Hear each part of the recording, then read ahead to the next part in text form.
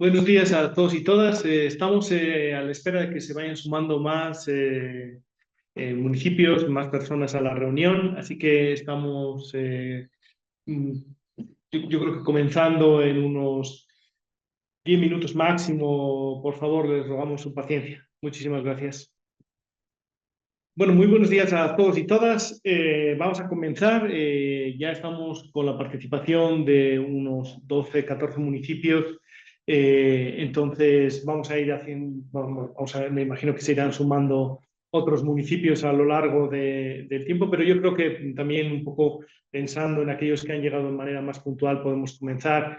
Y como la sesión se va a grabar, tal vez ahí podemos también recurrir después a que los municipios que se puedan incorporar en algún momento de la semana puedan ver la grabación. Así que comenzamos primero agradeciendo, bueno, Fernando y Rolly, a los colegas de la FAM también por este espacio y también queremos presentarles a nuestros colegas Edgar Paniagua, que es de la parte del área de agua y saneamiento, y a Teresa Calderón, también es de la parte de agua, saneamiento y cambio climático, que nos van a estar acompañando en la jornada de hoy presentando los diferentes criterios que tienen que ver justamente con este área, ¿no? La idea de la jornada, como siempre, es compartir con ustedes o entrar al detalle un poquito más de explicar los criterios, en esta ocasión, los criterios comunes de agua y saneamiento y de cambio climático y gestión de riesgos, para que podamos ver si estos son los criterios que ustedes van a seleccionar, ¿no? Entonces, nuevamente agradeciendo a la FAM por este espacio, por esta alianza que nos permite también la plataforma para llegar a más municipios y que podamos trabajar juntos este programa Municipio Amigo de la Niñez y podamos decir que la garantía de los derechos son una realidad. Comenzamos un poco, como siempre, con el contexto del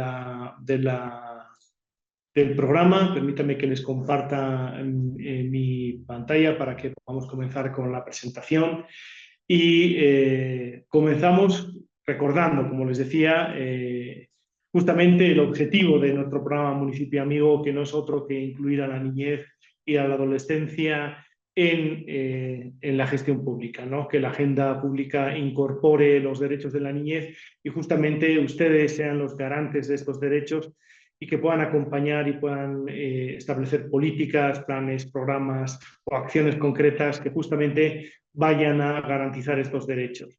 Nuevamente recordar que este taller está dirigido a esos 41 municipios que durante el año pasado trabajaron ya con sus planes municipales en la conformación de los espacios de participación de los comités de niños, niñas y adolescentes y en estos espacios de diálogo, para que a partir de este año ya vayan a trabajar o vayan encaminándose hacia la certificación plena y estemos más cerca del cumplimiento de los derechos y sobre todo la garantía de los derechos desde los municipios a los que ustedes representan. Así que nuevamente felicidades y sobre todo, bueno, pues ya quedan poquitos meses hasta finales de noviembre, debemos ya tener el cumplimiento de estos criterios y nuevamente recordarles, ¿no? De manera muy general, que existen tres criterios comunes que todos los municipios deben cumplir, que son aquel plan municipal de niñez y adolescencia que ya el año pasado hicieron, lo tienen que promulgar, lo tienen que elevar a rango de ley y que ese rango de ley justamente nos ayuda a que podamos hacer la inclusión del presupuesto en el plan municipal, en el POA municipal 2025, ¿no? Así que, y otro criterio común es justamente no podemos hablar de la garantía de los derechos de la niñez si no tenemos un espacio, una instancia que garantiza la protección de los derechos de los niños, niñas y adolescentes que precisamente han sufrido alguna vulneración en ellos, ¿no? Así que el fortalecimiento de las defensorías de la niñez y adolescencia es clave para que uno pueda ser municipio amigo de la niñez. Estos son los tres criterios comunes que todos los municipios deben cumplir. Pero adicionalmente hay una serie de criterios elegibles que hemos ido viendo las últimas semanas también y que son aquellos que depende de la categoría del municipio, si es categoría A, B, C o D, tendrá que cumplir 1, 2, 3 o 4 criterios elegibles, ¿no? Hemos tenido la oportunidad en las 2 últimas semanas de ahondar un poquito más, de profundizar un poquito más en el criterio de salud materno-infantil, que es el programa ampliado de inmunización, el PAI. También tuvimos la oportunidad de hablar sobre la alimentación complementaria escolar, La semana pasada hemos hablado de la cobertura de Internet, estas brechas de acceso a nuevas tecnologías que hay en las unidades educativas, y este criterio tiene que ver justamente con la reducción de estas brechas y el acceso de los niños, niñas y adolescentes en las unidades educativas a Internet. Y también hemos tenido la oportunidad de hablar del criterio de primera infancia, que es básicamente la implementación de la política pública contigo desde tus inicios, que tenía que ver con la conformación de este comité intersectorial de primera infancia. Y hoy tenemos el agrado de contar con la presencia de dos colegas de nuestra área de agua y saneamiento e higiene y de cambio climático, que son Edgar y Teresa, que nos van a acompañar hoy día justamente en la presentación y en la discusión sobre estos dos últimos criterios elegibles de esta serie, que son agua, saneamiento e higiene, y el de el Plan Municipal de Emergencias, con un espacio, un capítulo o una mención explícita de la niñez y adolescencia. Así que les daría la palabra a ellos para que puedan acompañarnos. Como siempre, por favor, tienen el chat para compartir sus preguntas o sus inquietudes, o cuando termine la presentación de ellos y antes de entrar al siguiente criterio de cambio climático, vamos a tener un espacio para algunas preguntas, algunas inquietudes o compartir algunas experiencias de ustedes desde los municipios que puedan ayudar justamente en la consecución de este criterio. Así que les doy la palabra, Edgar, Tere, por favor, adelante. Bien, buenos días y muchísimas gracias por la presencia, por el interés y por participar de estas sesiones de trabajo. Un poco queremos mirar con ustedes la situación del acceso a servicios de agua, saneamiento y higiene en el ámbito nacional, urbano y rural. Esta gráfica nos muestra un poco las grandes brechas que existen, que es una doble brecha. Por un lado tenemos una diferencia muy, muy importante entre las coberturas de agua y las coberturas de saneamiento, donde siempre el saneamiento queda rezagado. Finalmente, en temas de agua, el país ha avanzado bastante. Hemos llegado a cumplir las metas del milenio, hemos llegado a tener una buena cobertura, digamos, de agua. Sin embargo, el tema del saneamiento ha quedado muy, muy rezagado. Tenemos gran cantidad de gente, de población en nuestro país que todavía practica la defecación a campo abierto, que tiene un sistema de saneamiento no mejorado o muy limitado. Y eso obviamente trae como severas consecuencias a la salud pública, a la salud de la familia y a la salud de los niños y niñas. Pero por otro lado, también tenemos una segunda brecha importante entre el saneamiento en el ámbito urbano y en el ámbito rural, donde obviamente lo más crítico del saneamiento se encuentra en el ámbito rural, sobre todo en la parte de occidente, y lo más crítico del saneamiento periurbano se encuentra en la parte de oriente, ¿no? De la Amazonía. Entonces, un poco viendo esta es una gráfica que nos muestra estas dos grandes brechas que tenemos, que son importantes de ser atendidas, para no dejar a nadie atrás y para avanzar con equidad y equilibrio en el ámbito sobre todo de saneamiento, sin el cual no puede haber las prácticas de higiene. Y si no se da ese matrimonio entre agua y saneamiento y si no se da como resultado la higiene, nunca vamos a poder ver un impacto favorable positivo en la salud. Entonces, esa es la finalidad de esta primera lámina, y a continuación vamos a ver la siguiente, por favor.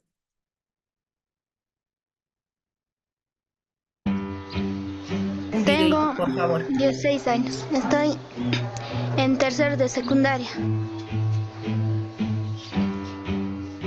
Tengo 14 años y vengo de Oruro ya 2 años y medio. Tengo 15 años. Este año voy a cumplir a mis 3 el 3 de diciembre. Estoy en quinto de secundaria, tengo 16 años. Estoy en segundo de secundaria y tengo 16 años. Vengo desde Comuna a estudiar aquí. cuando la primera vez cuando mi abuela no ve, me ha asustado. Es que a mí nadie no me decía que pasábamos esas cosas en las mujeres. Pues me ha asustado y he llorado y aquí la profe Anel me ha explicado. Ese día, así estaba durmiendo y después para el día siguiente, no sé, todo manchado no me había parecido y me ha asustado. Y después de noche me he levantado y he ido a su cuarto de la profe, he golpeado, profe, no sé qué me he hecho. Ya había llorado y después me ha explicado, me ha mostrado esas toallitas, había habido. Esto vas a utilizar, me ha dicho. Desde ahí no he aprendido. Ha sido un día raro, no sé, me he sentido rara. He ido al baño y he visto, pero poquito, algunas gotitas y he dicho, sí, he comido beterraga o algo así, tal vez por eso he dicho. La primera vez no he avisado a nadie, pero el segundo mes no ha venido. Ahí es donde me lo he creído porque me han dicho que cuando estás en esos días no tienes que acercarte a los chicos. Y no me ha venido al siguiente mes y me ha asustado porque he dicho esto y así, cosas así. La primera vez yo lo he juntado. Desde ahí he ido a botar. Se van al río. Obligado para que no les vean, se van al río un poco más abajo. A veces llegan tarde por lo mal que están. Van al río, se cambian, lo botan, así lo descargan, de ahí lo esconden y se vienen. Aquí la infraestructura está un poquito mal. Y los baños están cerrados por escasez de agua, ya que en Tacopaya, por hacer los tanques, lo han cortado el agua. Me hubiera gustado saber, ¿no? Desde antes que me digan que esto pasa en las mujeres. Ni mi abuela no me decía, porque a veces las abuelas aquí en el campo nos riñen. ¿Cómo vas a hablar de eso? ¿Por qué estás hablando de eso? Nos riñen a veces. Mi mamá me ha contado más antes de que eso me suceda. No entendía por qué. Cuando a mi mamá le veía, ella tampoco no me decía y yo me ponía triste pensando que estaba enferma o algo así, pero no sabía que era tan normal. Algunas chicas nos podemos embarazar, dice. Por ejemplo, tengo una compañera y le han engañado, le han llevado y ha quedado embarazada y ha tenido su hijito. Esto yo creo que también es un peligro. A veces también dice que tenemos nuestros días de peligro. Esos días no sé cómo será, pero contando unos 15 días para adelante creo y disminuyendo y sumándolo, no sé. Algo por ahí, no se ha dicho. Mis compañeros me han dicho eso también. Es que no me gusta salud y tampoco no estoy en salud. No. Una mujer debe enterar siempre, ¿no? Las cosas que pueden pasar. Algunos dicen que no nos hay que bañarnos cuando nos está bajando. Solo sabía cuando está bajando y no sé hay que lavar, no sé hay que bañar. Eso no me sabía. No hay que bañarse porque a veces se corta, dice, nuestra menstruación. Y nadie dice que en nuestro estómago no se esa sangre y por eso nos duele. No sé tanto de eso, ¿no? Una vez he preguntado a mis compañeros, me han preguntado cómo es esa menstruación, cómo les baja la chota, cómo es, pues, qué usan, acaso no se manchan, me han dicho. No, pues, pero chicos, utilizamos estos toallitos y no nos manchamos, pero ellos piensan que no utilizamos nada, que nos baja así, que nos manchamos, eso piensan. Mis compañeros que sean un poco más serios, ¿no? Que cuando hablen de estos temas no se ríen y que no lo toman el chiste. Tal vez ellos no entienden, pero me gustaría que sí fueran así, que nosotras también nos sentimos raras cuando hablamos de eso así y ellos que se hagan la burla, entonces les pediría eso, que no lo tomen a chiste. A mí me gustaría que expliquen, ¿no?, a sus hijos para que sepan de cómo se desarrolla una mujer, esas cosas. Así como ellas, miles de niñas y adolescentes bolivianas atraviesan la adolescencia y viven la menstruación con vergüenza, incomodidad, temor y no como un hecho natural.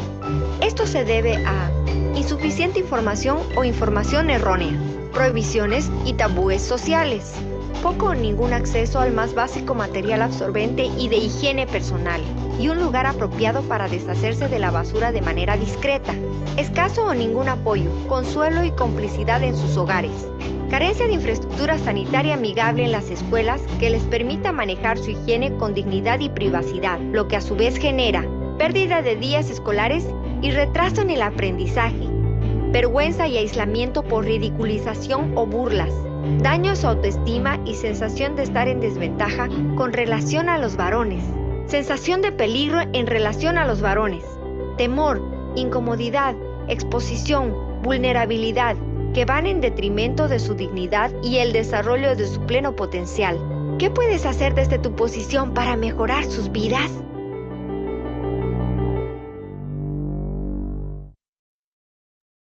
Bien, entonces en este video hemos podido observar un poco unos testimonios que nos hablan sobre la necesidad sentida que tienen sobre todo las niñas en edad menstrual de contar con condiciones amigables en las escuelas para la infraestructura sanitaria.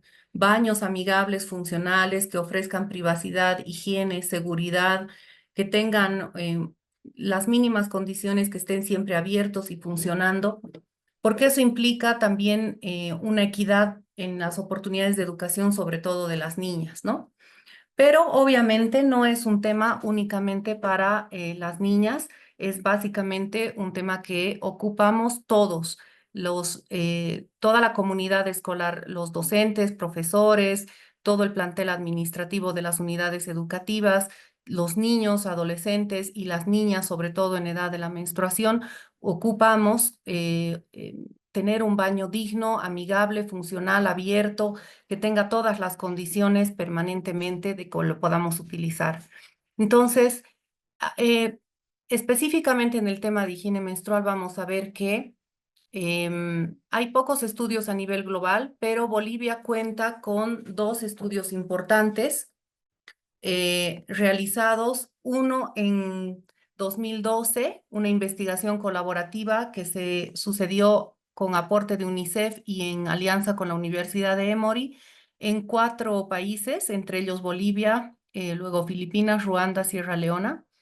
Y un segundo estudio complementario, porque este primero se hizo en el área andina de Cochabamba, y un segundo estudio complementario el 2015 en la Amazonía, en el Beni, donde ya entraron 14 países en el mundo y Bolivia repite por segunda vez para complementar sus conocimientos del primer estudio.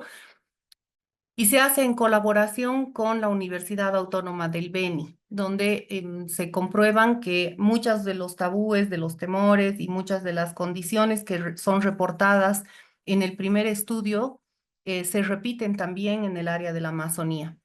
Entonces, aunque hay pocos estudios, hay una evidencia de que las niñas, los niños, los estudiantes nos hablan de que el peor lugar de la escuela suele ser generalmente el baño. Adicionalmente, los baños son espacios donde tradicionalmente se ha ejercido la inseguridad y la violencia, desde la violencia de los grafitis escritos, donde con nombre y apellido se denigra a las compañeritas, a las niñas. Pero además son lugares inseguros, no poco higiénicos, muchas veces están cerrados, en fin.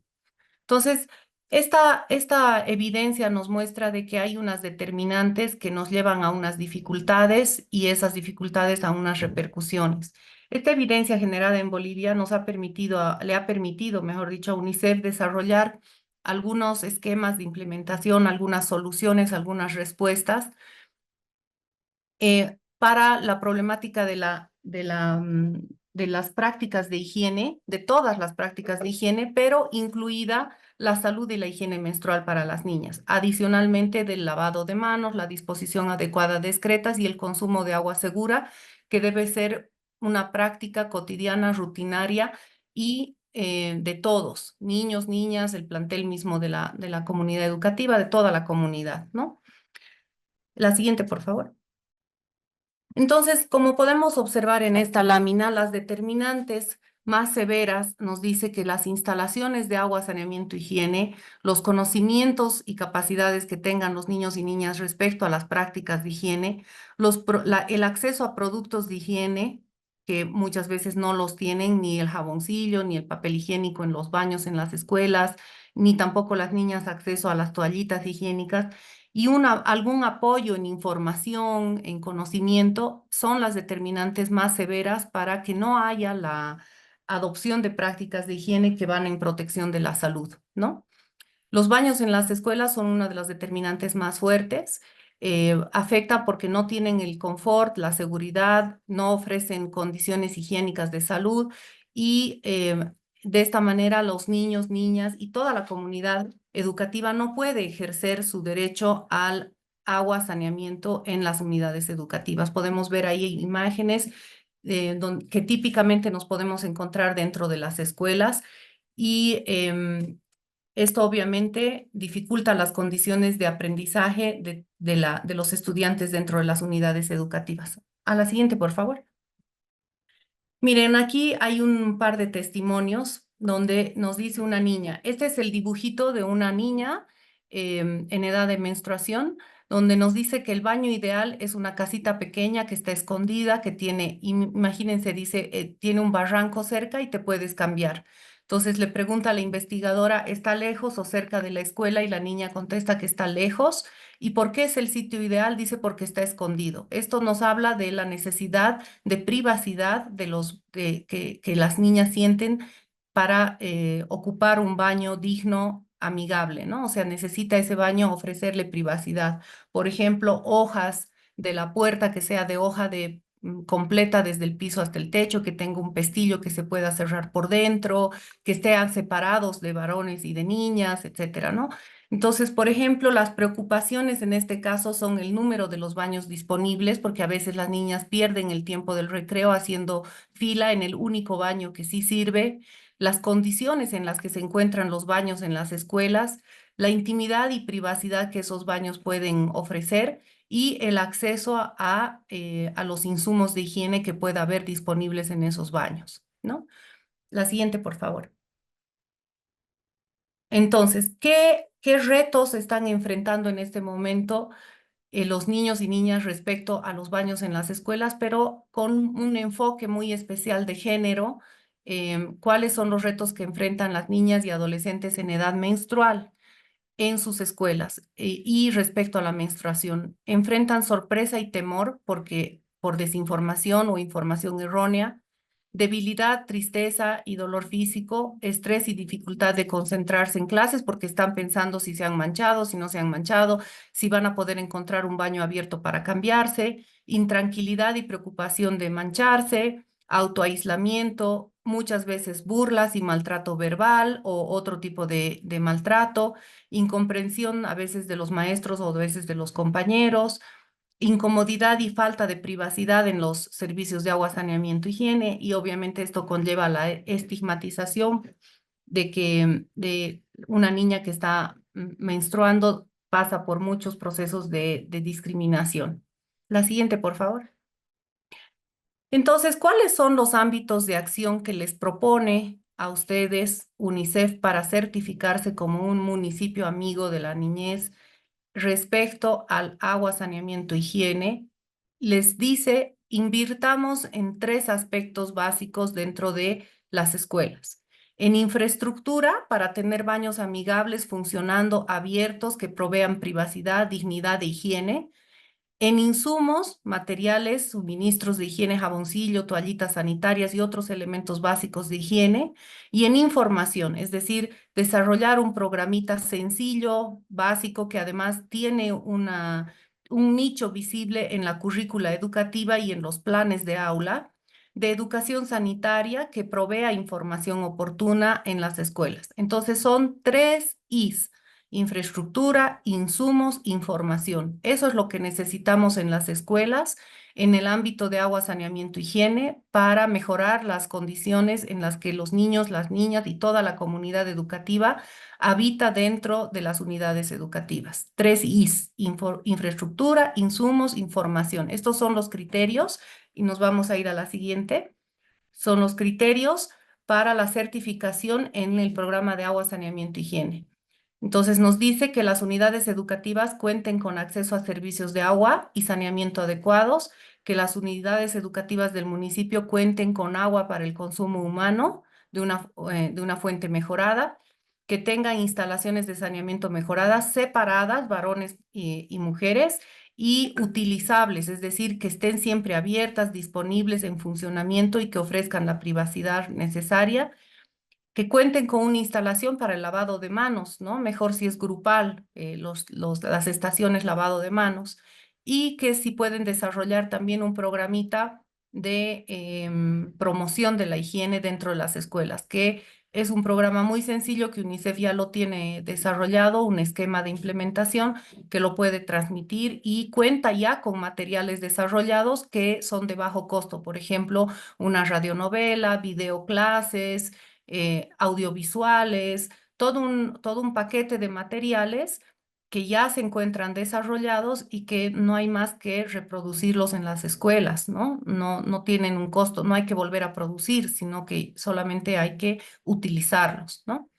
El indicador nos dice que sería el porcentaje de escuelas que cuentan con esos servicios mejorados, es toda la lista del criterio de la columna de al lado, y que para los municipios para la categoría A y B sería un mínimo de un 50%, para C 65% y para D 80%.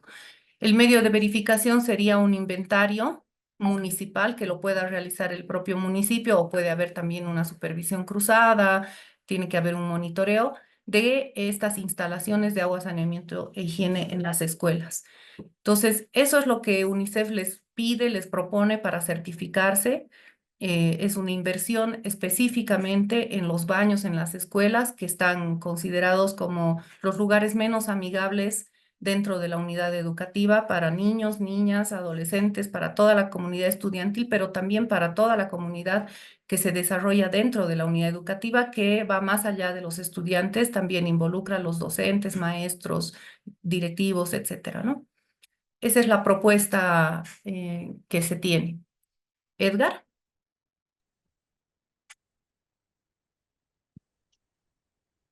Bueno, yo aquí le voy a ceder la palabra a Pedro para que nos explique un poco el criterio elegible, cómo se va a hacer la calificación para ver si realmente estamos cumpliendo este criterio y tiene una ponderación también, ¿no? Eh, Pedro, si nos ayudas, por favor.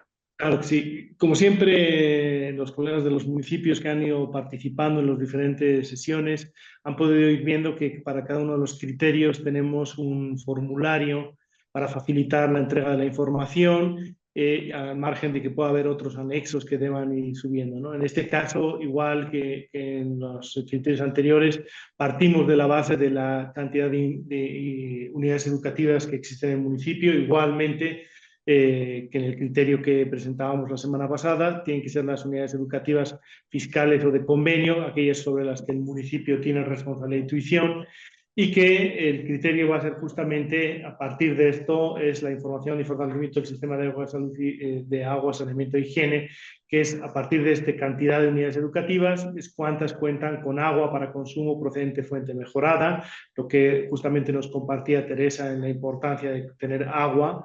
Y este puntaje es en función de la cantidad y el porcentaje de unidades educativas que cuenten con este sistema, pues tendrá un puntaje máximo, ¿no? Luego, el número de unidades educativas que cuentan con suministro continuo de agua durante el horario de clases los 5 días a la semana, ¿no? Sabemos que en algunos casos tenemos problemas de abastecimiento de agua, pero deberíamos garantizar que las unidades educativas tienen este acceso por lo menos durante estos 5 días a la semana que funcionan en las clases, ¿no? Luego está el número de unidades educativas que disponen de instalaciones para lavado de manos con acceso continuo a agua mejorada, ¿no?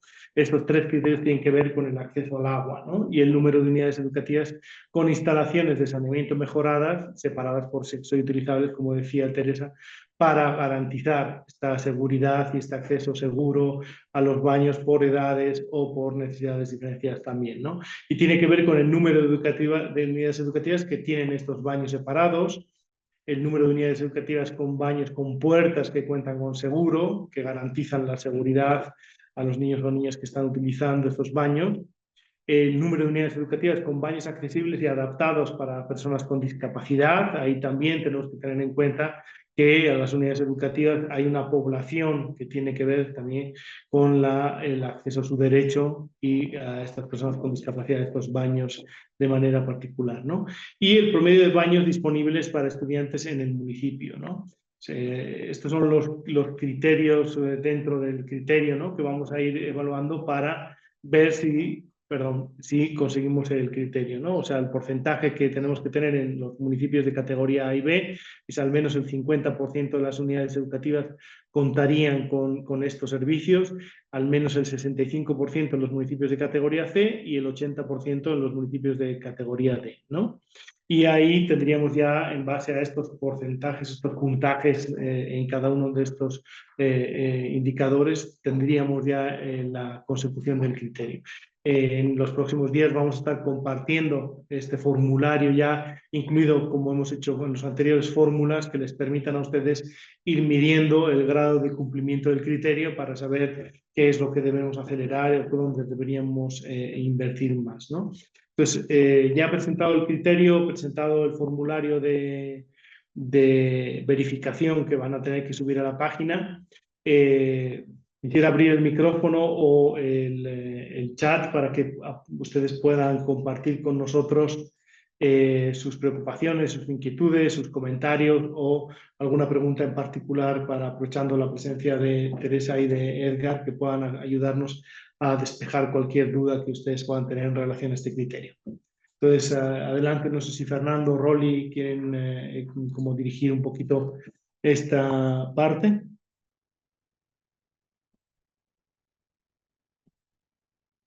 Compañeros de los municipios, compañeras, si tienen alguna pregunta, alguna inquietud, alguna...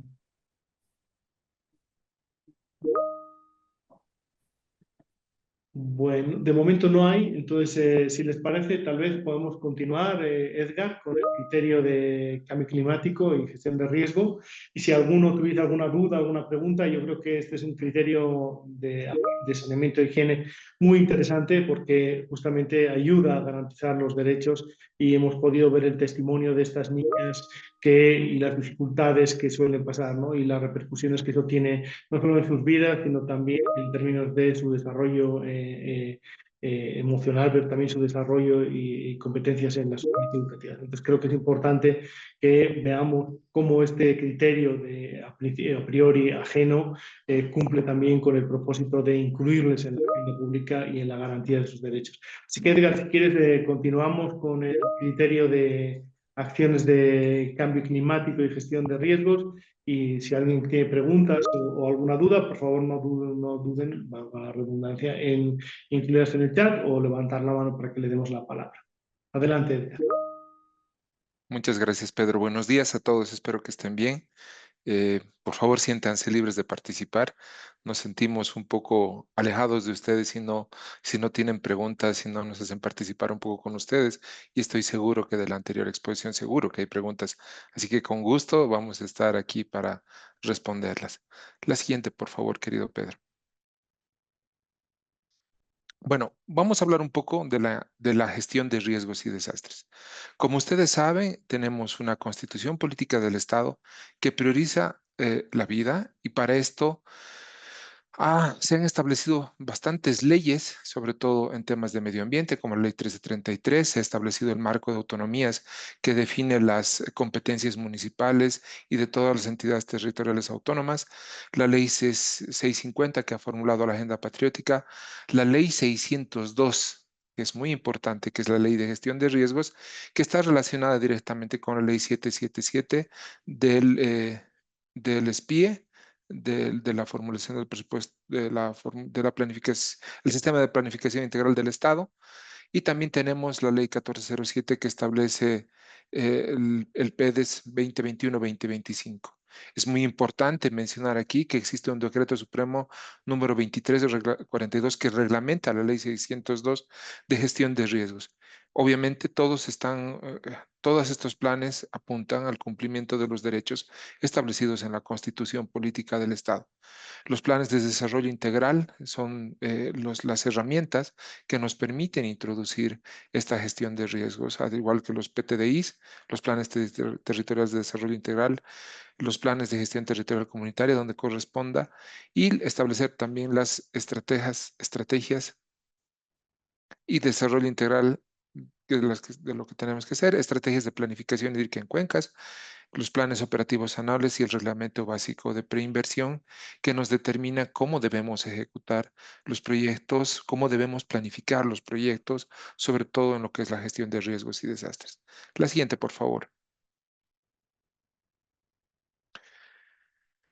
Bueno, voy a hacer una especial mención aquí a lo que es la ley número 602 y cómo está estructurada. El artículo 28 de la ley número 602 de gestión de riesgos establece las etapas que tendríamos que hacer cuando se nos presenta un riesgo, primero, que es lo que está marcado en celeste, y luego cuando se ha presentado ya un desastre o una emergencia, ¿no? En la primera etapa, en la identificación y evaluación propia de los riesgos, el artículo B de la ley 602 nos dice que tenemos que establecer un conocimiento y una información y además coordinación de las actividades que tenemos que realizar, ¿no? Esto está claramente definido como es la identificación, evaluación y monitoreo de los riesgos en la jurisdicción municipal, con especial énfasis en las zonas vulnerables y también cómo se debería prever y proponer las medidas de reducción de riesgos. En la tercera etapa tenemos la reducción de riesgos, que está definido básicamente por las acciones de prevención, mitigación y recuperación, ¿no es cierto? Es importante desde todo punto de vista empezar con la prevención de posibles problemas que vayamos a tener. Es decir, por ejemplo, en la parte de la gestión integral de recursos hídricos, por decir algo. Si yo conozco que voy a tener una inundación, pues tengo que empezar a prevenir que tengo inundaciones posibles, más que todo ahora exacerbadas por el tema del cambio climático. Es muy importante ver qué cosas tengo que hacer para prevenir. Por decir algo, en un río tendré que construir elementos que me permitan reducir la velocidad del flujo, ya sean todos los elementos que se colocan en los bordes de los ríos o también los elementos que se colocan para reducir el cauce perpendicular del río. Tenemos la mitigación, que es reducir al mínimo los efectos de estos ríos y pensar también luego en la recuperación. ¿Qué va a pasar cuando pase lo que ya sabemos que puede pasar, lo que hemos previsto haciendo la gestión del conocimiento? Esta es la parte ex ante, esta es la parte de planificación, esta es la parte importante, esta es la parte donde nosotros como gobiernos municipales empezamos a prevenir los riesgos y le damos una solución.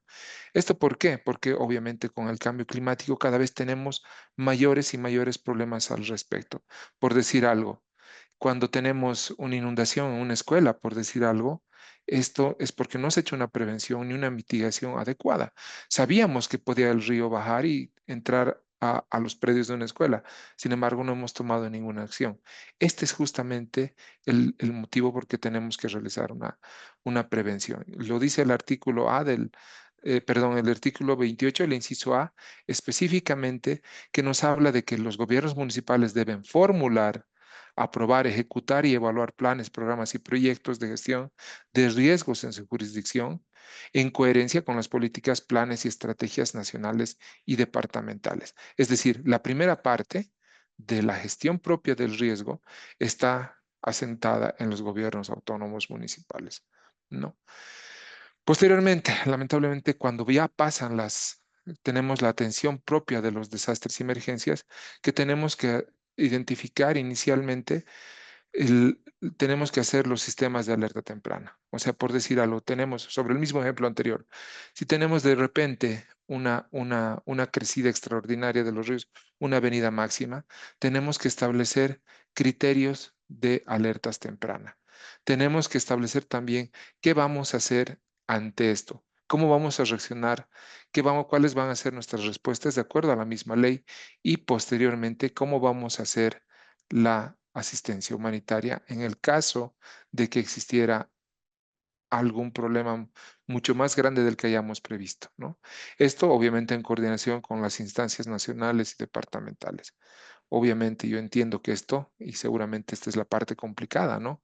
Que es la parte de la protección financiera, es decir, tenemos que establecer mecanismos de transferencia hacia los beneficiarios, por decir algo. Tenemos que introducir en nuestros planes de gestión de riesgos para la misma atención de las personas que han sufrido estos problemas. Y obviamente tenemos que establecer mecanismos para la reconstrucción propia una vez que ha pasado la emergencia. Esta parte es muy importante entender porque esto está en función de que nosotros cumplamos nuestras competencias municipales establecidas en la propia Ley 602 y su reglamento. Siguiente, por favor. Bueno, ahora un poco yéndonos a la primera parte del cuadro que les acabo de presentar previamente. Tenemos que los principales riesgos que tenemos ahorita, se estima que la temperatura promedio de esta zona, que es el monzón latinoamericano, donde está Bolivia, si ustedes pueden ver el gráfico, se ve de un color rojo oscuro. ¿Qué quiere decir eso? Que se prevé que para el año 2100 la temperatura promedio de estas zonas va a aumentar alrededor de 3 grados centígrados. Esto es muy serio porque pone en riesgo la seguridad alimentaria debido a la frecuencia de sequías extremas, pone riesgo sobre la vida y la infraestructura porque hay inundaciones cada vez más frecuentes y también sequías más frecuentes. Entonces, esto genera inseguridad hídrica.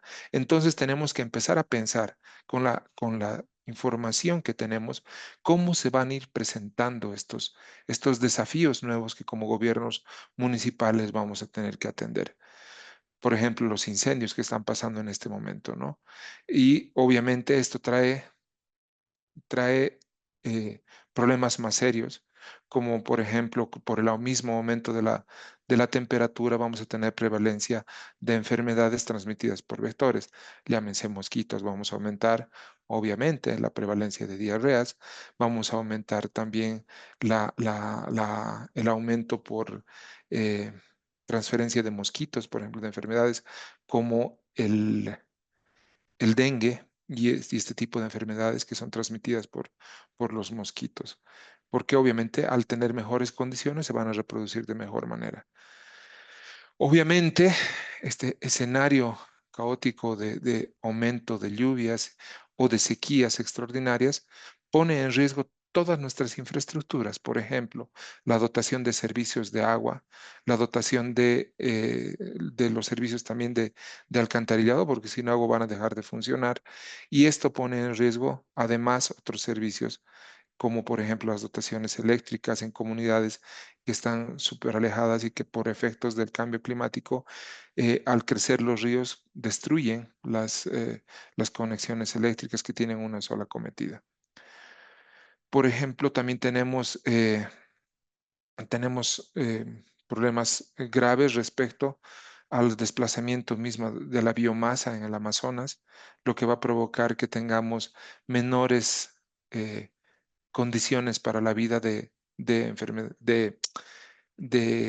la vida típica de estas zonas. La siguiente, por favor. ¿Cómo afecta esto a los niños, niñas, adolescentes y jóvenes a lo largo de su vida? Obviamente, como les estaba explicando hace un momento, tenemos impactos inmediatos porque tenemos clima más severo. Esto provoca daños físicos, aumenta la sequía, aumenta la escasez de agua, las inundaciones y suministro de agua contaminada, porque al producirse una inundación, también se contaminan todas nuestras fuentes, ¿no? Esto obviamente atrae enfermedades como el cólera, la diarrea, la malaria, el dengue, etc. Las repercusiones a más largo plazo son la pérdida de medios de vida, es decir, la ganadería, la agricultura se pierde justamente por este tema del cambio climático, ¿no? La desnutrición es un problema relacionado específicamente a este tema de pérdidas de vida, ¿no? Eh, Obviamente los vectores cambian su manera de procrearse y es más, se los puede encontrar en municipios del altiplano no se podía encontrar mosquitos, sin embargo ahora es muy común y cada vez más común encontrar mosquitos y se ha tenido incluso enfermedades que se han transmitido localmente por temas de contagios por transmisión de este tipo de vectores. Esto lamentablemente genera migración campo-ciudad, abandonan los municipios y generan otro tipo de problemas en los municipios receptores. Esto normalmente ejerce emergencias humanitarias. El impacto intergeneracional para nuestros jóvenes, para nuestros niños y niñas, es pérdida de oportunidades y recursos naturales porque tienen que dejar sus zonas porque ya no son económicamente viables para vivir. Aumentan en consecuencia los ciclos perpetuos de pobreza multidimensional, la desigualdad y también genera carencias de tipo educativo, de protección de la familia, de protección, de vulneración de sus derechos, etc. La siguiente, por favor. Ahora les voy a presentar un poco de datos de lo que está pasando actualmente. Eh, Existe un promedio de 122 de cada 100.000 niños y niñas menores de 5 años que mueren por causas atribuibles al cambio climático. ¿Se acuerdan de la lámina anterior? Justamente estas 122.7 muertes se deben justamente a estos cambios, ¿no? Cambios en sus medios de vida. Tenemos que aproximadamente 2.7 millones de niños bolivianos viven en zonas vulnerables a las inundaciones y a las sequías. La deforestación que estamos viendo ahora que nos trae este humo terrible, en Bolivia es 35 veces mayor al promedio mundial. ¿Qué quiere decir esto? Ahorita la deforestación promedio mundial es de 9 metros cuadrados por habitante. Sin embargo, en Bolivia estamos deforestando 340 metros cuadrados por habitante. Este 2024 se ha incendiado hasta hace una semana aproximadamente 4.2 millones de hectáreas equivalentes al área del departamento de Tarija. Ese es el porcentaje de la magnitud del desastre ambiental que estamos viviendo. Y esto obviamente genera incrementos de temperatura. En la zona altiplánica se ha generado en los últimos 10 años cambios de temperatura que van desde 1 a 2.5 grados centígrados, de 0.5 a 2 grados centígrados en los valles interandinos y de 2 grados centígrados en los llanos.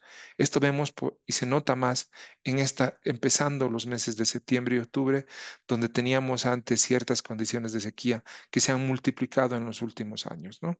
Y esto obviamente pone en riesgo a los niños, niñas, adolescentes y jóvenes. Siguiente, por favor.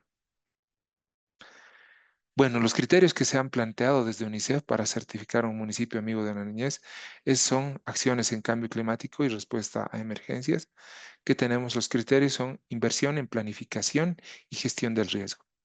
Queremos un poco ver que en las acciones y presupuestos incorporados en el POA 2025 podamos ver elementos que nos permitan ver que se está atendiendo a los niños, adolescentes y jóvenes con proyectos que vayan en gestión del riesgo.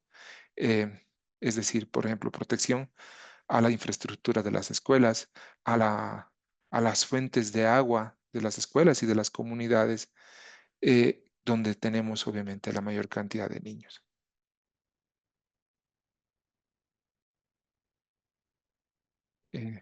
Eso es todo por aquí.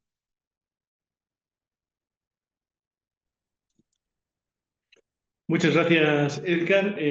Bueno, en este caso el criterio no está acompañado de un formulario porque la idea es que ustedes puedan subir a la plataforma el Plan Municipal de Gestión de Riesgos, justamente destacando esos capítulos, esos espacios donde se habla en particular de la niñez y la adolescencia y la juventud y cómo dar respuesta a este plan a la vulnerabilidad particular que sufre esta población durante estos eventos adversos, ¿no?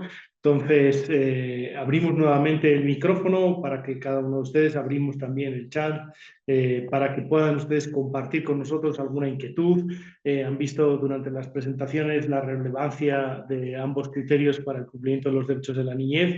El primero, vinculado justamente a este derecho del acceso al saneamiento que durante la presentación veíamos las grandes brechas que hay, sobre todo en términos del acceso a agua y el acceso al saneamiento, pero también estas diferencias entre lo urbano y lo rural y estas brechas también que en las unidades educativas afectan a miles de niños y niñas que por las diferentes circunstancias no tienen acceso a baños seguros, a baños que cuenten con agua y lo vitales que son, ¿no? Para su desarrollo y su formación, ¿no? Y sobre todo para la permanencia en las unidades educativas y que puedan contar con la garantía de este derecho. Y también este nuevo criterio del tema de la preocupación que vivimos a diario por este tema de cómo nos está afectando el cambio climático, cómo nos va a afectar en el futuro. Hablábamos de que no hay acceso a agua y muchas comunidades durante los próximos años van a sufrir todavía más el tema del acceso a agua en el altiplano, pero también no solo en el altiplano, ¿no? Sino también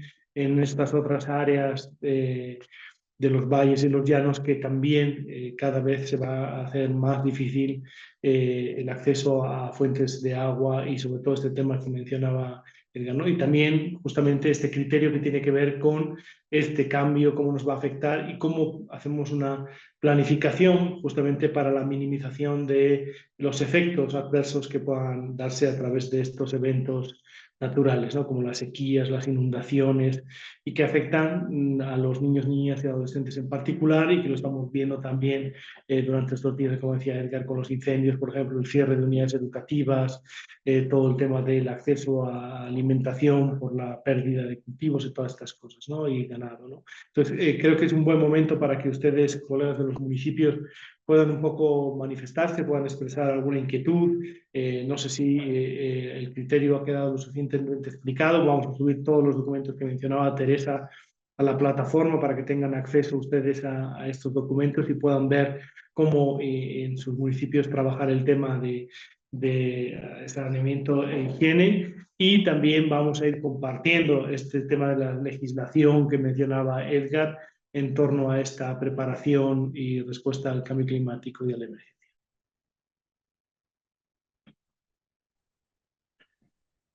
Sí. Pedro, si me permites un punto. Adelante. Gracias Edgar por la presentación. Yo quisiera un poquito tal vez reiterar algunas consultas que salieron en las sesiones presenciales que tuvimos en los departamentos y pues bueno, tal vez ahí que nos des alguna orientación. Hay gobiernos municipales que tienen actualmente un plan de emergencias, un plan de gestión de riesgos vigente, ¿no? Pero que no está muy claro el componente de niñas y adolescentes y, o no lo está incluyendo. Entonces, lo que vimos como viable es que ellos puedan incluir un anexo a este plan de gestión de riesgos que incluya las acciones claves con la niñez y adolescencia en situaciones de emergencias. Quisiera saber si tú nos puedes dar algunos puntos claves, algunas recomendaciones que tendría que incluir y contemplar estas acciones con niñas, niñas y adolescentes dentro del plan de gestión de riesgos. Por favor, si tienes alguna orientación al respecto.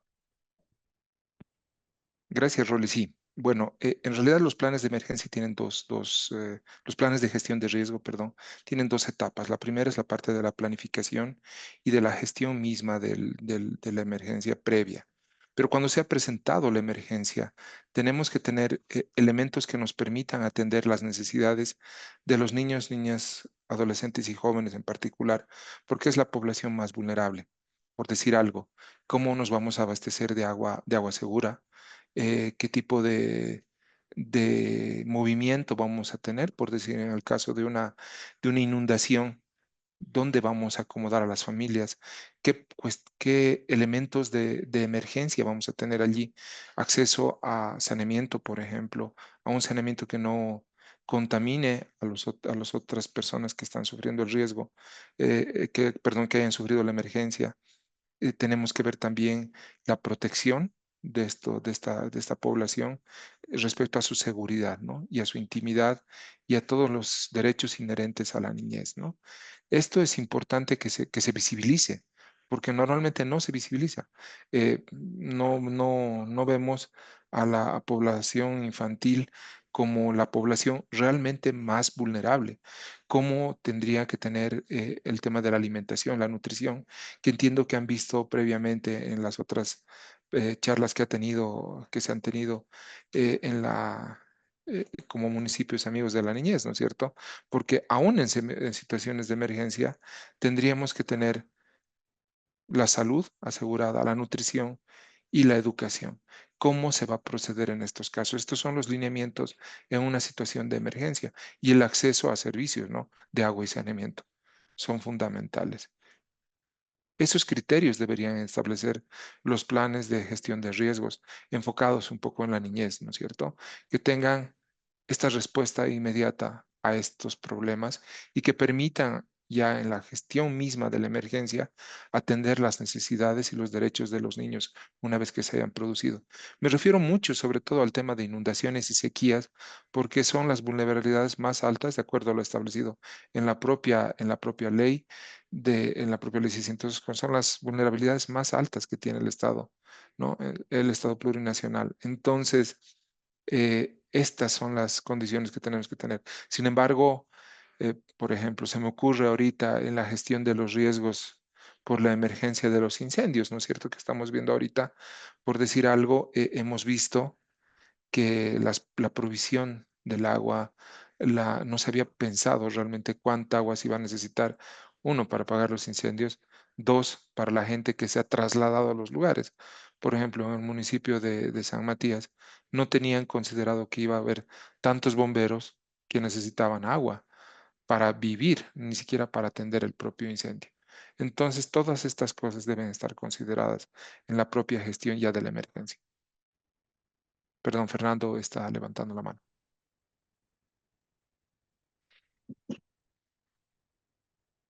Gracias, Edgar. Gracias también a Teresa por la exposición. Yo tengo una consulta que es para ambos y sería, ¿cuál es el rol que puede jugar el Comité Municipal de Niñez y Adolescencia, habida cuenta que tiene, tiene, por un lado, digamos, que participar o interactuar para generar este plan municipal de niñez, perdón, plan municipal de gestión de riesgos, y por otro lado, cómo podría incidir, digamos, los comités municipales de niñez y adolescencia en la implementación de las 3 Is que hacía referencia a Teresa. Gracias. Sí, el tema de, perdón si puedo tomar primero la palabra, Edgarín, luego te paso. Todo el tema todo el tema blando, es decir, todo lo que tiene que ver con información, con conocimientos, con promoción de la higiene, eh, tiene un énfasis muy elevado en el fortalecimiento de las plataformas, los espacios y de la participación de niñas, niños, adolescentes y jóvenes, ¿no? Entonces ahí ellos juegan un rol importante, no solamente en prepararse, sino también, por ejemplo, una de las estrategias para los esquemas de implementación es hacer formación de pares, que ellos mismos luego puedan ir replicando dentro de sus unidades educativas los conocimientos adquiridos y puedan formarse, digamos, ¿no? En este ámbito. Todo el tema de la participación también tiene el enfoque o el objetivo de promover, fortalecer las iniciativas, la creatividad y las soluciones que puedan ir surgiendo de los propios jóvenes y adolescentes. Por otro lado, usualmente se tiene que los proyectos socioproductivos educativos que están establecidos en la currícula, usualmente se trata de huertos escolares, ¿no? Huertos escolares, que es lo que generalmente se realiza y que está muy bien, pero luego hay otras variantes que se pueden generar que tienen ayudan a la circularidad de la economía, y también promueven la iniciativa, la creatividad y la acción de los jóvenes. Por ejemplo, hemos tenido experiencias en fabricación local de algunos productos de higiene, ¿no? O sea, jaboncillos, cosas que la propia unidad educativa puede hacer dentro de sus proyectos socioproductivos, y luego también costura de toallitas higiénicas desechables, porque es un insumo de higiene muy necesario, sea el comprado o sea el casero que se pueda elaborar, pero también la verdad es que es contaminante, ¿no? Las toallitas tienen, al igual que los pañales y que otros elementos, sin embargo, no se puede prescindir de este insumo de higiene.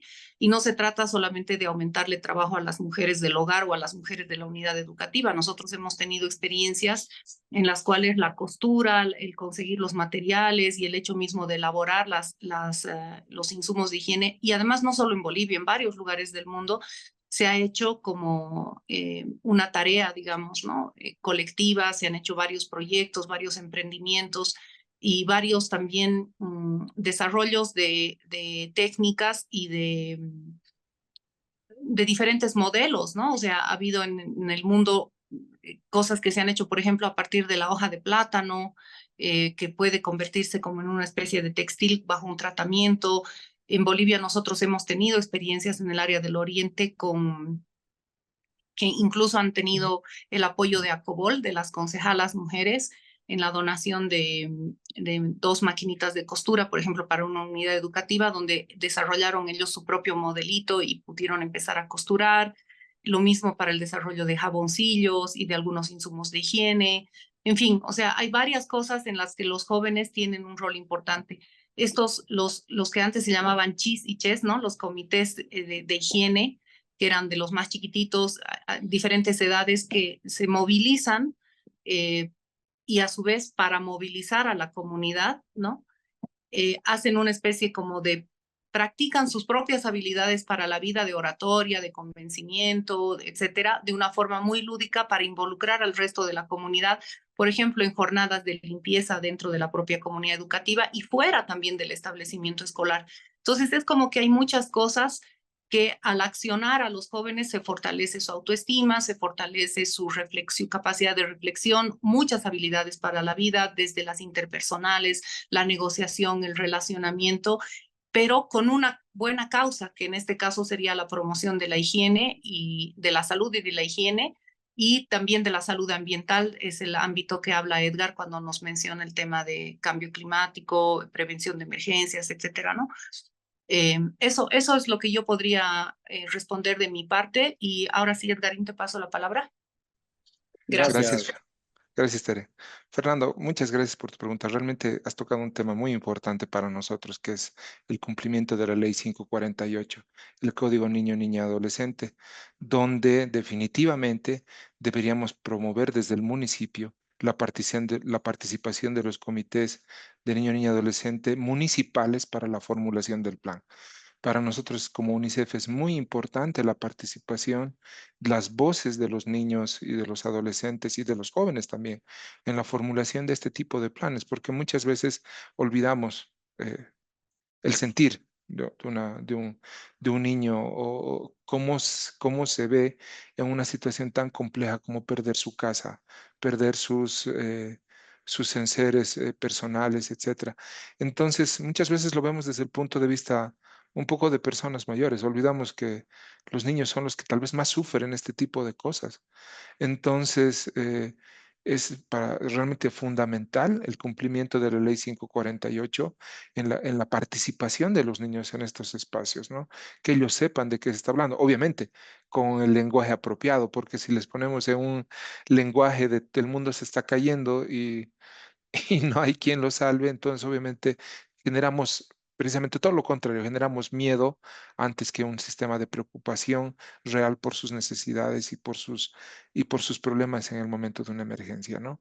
Entonces, definitivamente, gracias por la pregunta muy interesante, muy buena respecto a la participación de los niños en la formulación de estos planes, ¿no? Tal vez incluirlos como un apartado especial, como la pregunta anterior, de qué es lo que ellos sienten y cómo deberíamos atender sus necesidades de niños. Gracias. Gracias, estimado Edgar. Gracias. Igual. Gracias, Teresa. Sí, tal vez es un buen momento, Fernando, para recordar a todo el mundo que en realidad en esta segunda versión de Municipio Amigo, en esta parte o esta fase de certificación plena, si bien no hay un criterio específico sobre participación de niñez y adolescencia, recordarles que durante el año pasado y justamente para la certificación de plata tuvieron que conformar ese comité y establecer espacios de diálogo con los niños, niñas y adolescentes. Ese es recuperar justamente para esta segunda parte esos espacios, ¿no? Es necesario que estos criterios que ustedes están trabajando cuenten con la participación y con el aval del Comité Municipal de Niñez y Adolescencia.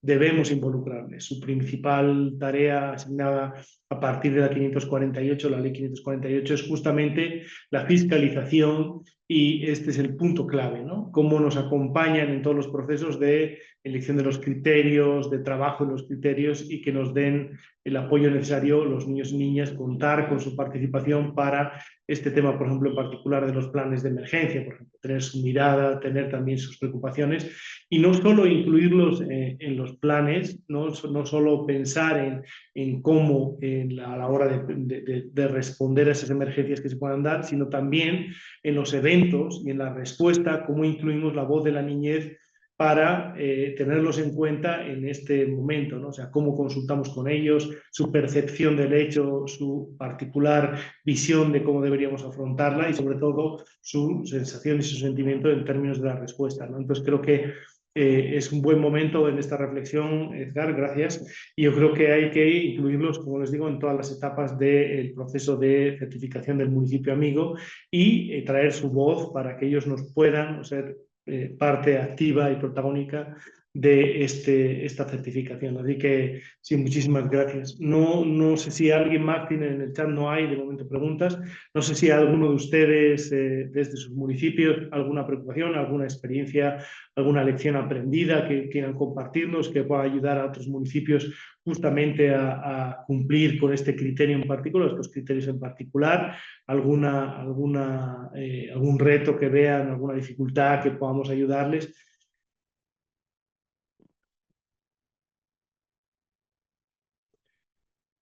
Muy bien, entonces, si les parece, como siempre, quisiera volver a compartir los datos de nuestros colegas tanto de la oficina. Aquí está, pueden ver ustedes el teléfono de Edgar, que va a acompañarles en las necesidades. Si ustedes tienen alguna pregunta puntual, si ustedes tienen alguna necesidad, alguna inquietud en la que podamos apoyarles, Edgar nos ha compartido su contacto para que puedan directamente con él trabajarlo o resolver las dudas que puedan tener. Como siempre, Ron y Fernando desde el lado de UNICEF, y ahí está su contacto, van a estar acompañando a partir de hoy más intensamente en la selección. En estos días vamos a ir hablando y contactándonos con cada uno de ustedes para ver hacia dónde van a ir y qué criterios van a ir trabajando o cómo les está yendo, para ver qué necesidades también de asistencia técnica tienen, para que podamos, si no, ver estos espacios u otros espacios o ver cómo acompañarles en todo el proceso, ¿no?